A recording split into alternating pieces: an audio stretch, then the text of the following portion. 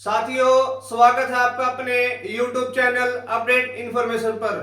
साथियों, आज हम बात करेंगे मैरिज सर्टिफिकेट के बारे में। मैरिज सर्टिफिकेट बनवाने के क्या क्या फायदे हैं और न बनवाने के नुकसान क्या क्या हैं। दोनों आपस में अपोजिट हैं। अगर आपको फायदे बताऊंगा तो नुकसान अपने आप पता चल जाएगा।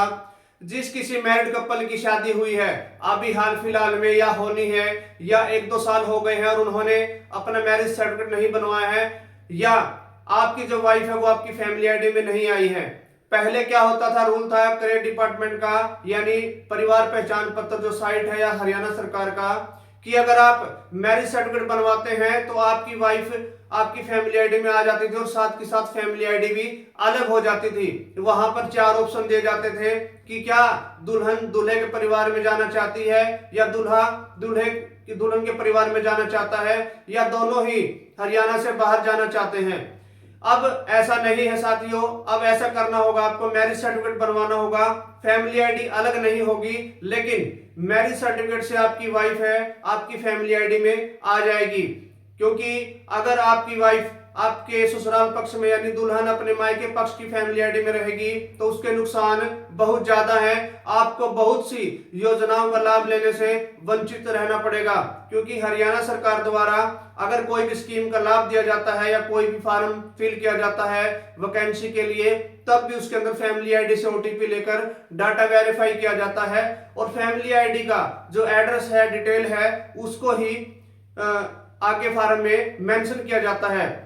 साथियों, इसके आज मैं आपको नुकसान बताता हूं। अगर आप मैरिज सर्टिफिकेट बनवाकर अपनी फैमिली आईडी में अपनी वाइफ को ऐड नहीं करवाते हैं काफी समय तक, मान लिया जाए आपकी वाइफ आपकी मायके पक्ष की फैमिली आईडी में है और आपको जाति प्रमाण पत्र यानी बीसी, ओबीसी, ईडब्ल्यूएस या डोमिसाइल यानी रेजिडेंस जिसको बोलते हैं रिहायशी प्रमाण पत्र अगर आपको बनवाना है यहाँ के ससुराल पक्ष के एड्रेस पर, तो आपका ऐसा नहीं होगा, क्योंकि एड्रेस उसमें वही आएगा जो आपकी फैमिली आईडी में होगा। यानी दुल्हन तो आपकी मायके पक्ष की फैमिली आईडी में है, न कि ससुराल पक्ष की फैमिली आईडी में, तो वहां का एड्रेस आएगा। और इसको आपसे जो एड्रेस है डोमिसाइल में, बीसी में, ओबीसी में जब भी बनवाएंगे तो मायके की फैमिली आईडी में जो भी एड्रेस होगा वही एड्रेस आपके डॉक्यूमेंट्स पर आएगा, सर्टिफिकेट पर आएगा।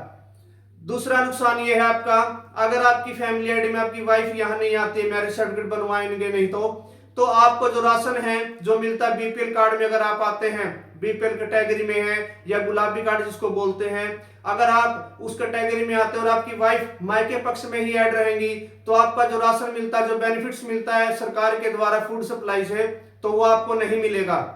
इसके बाद तीसरा जो नुकसान है वो ये है कि रोज जो बेरोजगारी भत्ता होता है, सक्षम योजना का लाभ जो मिलता है, उसमें क्या होगा आपको कि मान लिया जाए आपकी वाइफ फैमिली आईडी में ऐड है मायके पक्ष की फैमिली आईडी में, और आपको बेरोजगारी भत्ते का लाभ लेना है, सक्षम योजना का लाभ लेना है। इस सक्षम योजना और बेरोजगारी भत्ते का लाभ लेने के लिए एक वीडियो मैंने मेरे चैनल पर पोस्ट की हुई है, वो वहां पर आप विजिट करके देख सकते हैं। उसकी पूरी डिटेल में मैंने मेंशन वीडियो बनाई हुई है।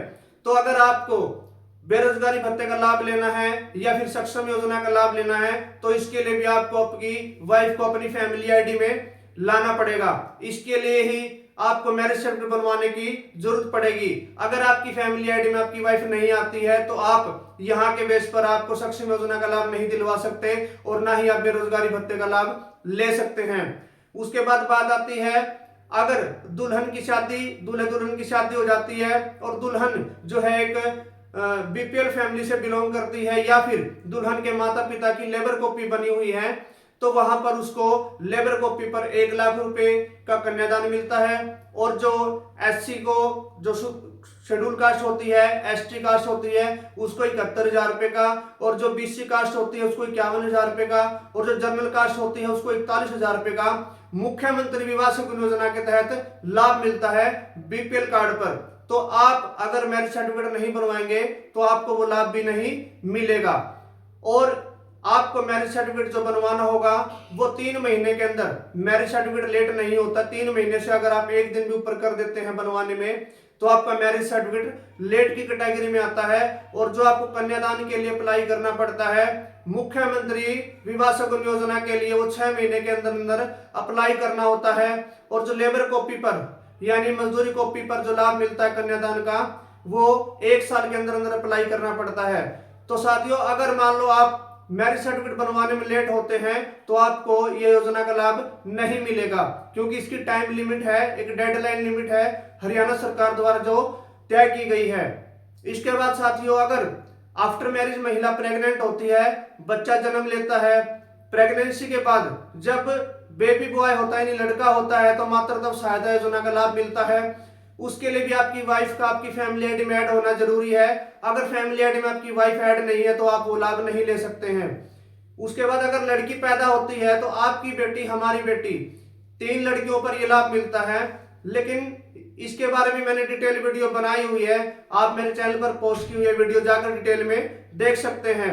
अगर आप अपनी वाइफ को फैमिली आईडी में ऐड नहीं करवाते हैं मैरिज सर्टिफिकेट बनवाकर, क्योंकि मैरिज सर्टिफिकेट बनवाना पड़ेगा और मैरिज सर्टिफिकेट नहीं बनवाएंगे तब तक आपकी वाइफ आपकी फैमिली आईडी में ऐड नहीं होगी और आपकी बेटी हमारी बेटी इस योजना का लाभ भी नहीं ले सकते हैं। उसके बाद बात आती है इंटरकास्ट मैरिज की, यानी एक एससी होता है, लड़का एससी हो या लड़की एससी हो, और लड़का ओबीसी, जर्नल या कोई भी हो सकता है, बीसी, एससी और जर्नल और एससी, इनमें अगर शादी होती है इंटरकास्ट मैरिज का लाभ लेने के लिए, इसमें भी आपको फैमिली आईडी की जरूरत पड़ती है। अगर आप ऐसा नहीं करवाते हैं, मैरिज सर्टिफिकेट नहीं बनवाते हैं, तो इंटरकास्ट मैरिज का लाभ भी आप नहीं ले सकते हैं। उसके बाद साथियों, और भी बहुत सी योजनाएं हैं हरियाणा सरकार की, जो भी आप अगर लाभ लेते हैं तो उसके लिए फैमिली आईडी मेंशन होना जरूरी है। मान लिया जाए कि अगर आप हैप्पी कार्ड बनवाते हैं, हैप्पी कार्ड में आपका यहाँ पे ऐड होना जरूरी है फैमिली आईडी में, क्योंकि वो तो आपकी मायके पक्ष की फैमिली आईडी थी। इसीलिए मैरिज सर्टिफिकेट बनवाने के बाद ये भी आपका एक नुकसान, अगर मैरिज सर्टिफिकेट नहीं बनवाएंगे, कि आपकी वाइफ का हैप्पी कार्ड नहीं बनेगा।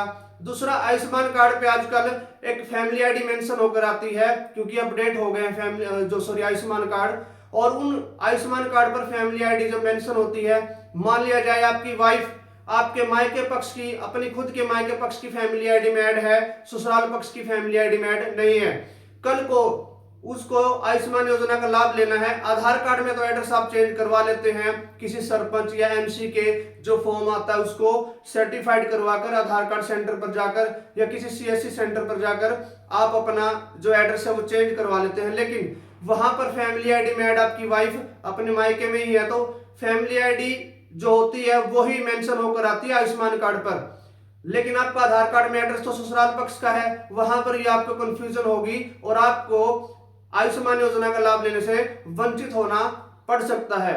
उसके बाद साथियों, हम बात करते हैं जो HKR हरियाणा कौशल विकास निगम की। अगर मान लिया जाए आप डीसी रेट पर कोई जॉब लगना चाहते हैं, लेकिन आपकी वाइफ तो मायके पक्ष की फैमिली आईडी में है, बिना मैरिज सर्टिफिकेट बनवाए वो आपकी फैमिली आईडी में नहीं आएगी, तो इसीलिए अगर आपको कौशल का लाभ लेना है, कोई भी फार्म भरना है, हरियाणा में CET का फार्म भरना है, आगे जो भी वैकेंसी आती है बहुत सी, उसके अंदर आपको फार्म भरना है, तो उसके लिए आपकी वाइफ को आपकी फैमिली आईडी में यानी दूल्हे पक्ष की फैमिली आईडी में ऐड होना जरूरी है, और उसको ऐड करवाने के लिए मैरिज सर्टिफिकेट ही जरूरी है, और एकमात्र वही विकल्प है, वही एक उपाय है, आप इसके बिना कुछ भी नहीं कर सकते। तो मैरिज सर्टिफिकेट आज की डेट में इतना मैंडेटरी कर दिया गया है कि मैरिज सर्टिफिकेट बनवाना ही पड़ेगा। इसके लिए आपको डॉक्यूमेंट्स क्या क्या चाहिए, क्या प्रोसेस होगा, मैंने मेरे चैनल पर एक वीडियो पोस्ट की हुई है, आप जाकर वीडियो पूरी डिटेल में देख सकते हैं। अगर फिर भी कोई डाउट है, कोई इंक्वायरी है, आप कमेंट कर सकते हैं, आपको कमेंट का जवाब दिया जाएगा। साथियों, आपको वीडियो कैसी लगी, वीडियो में कमेंट जरूर करें, चैनल को लाइक और शेयर जरूर करें। Thank you.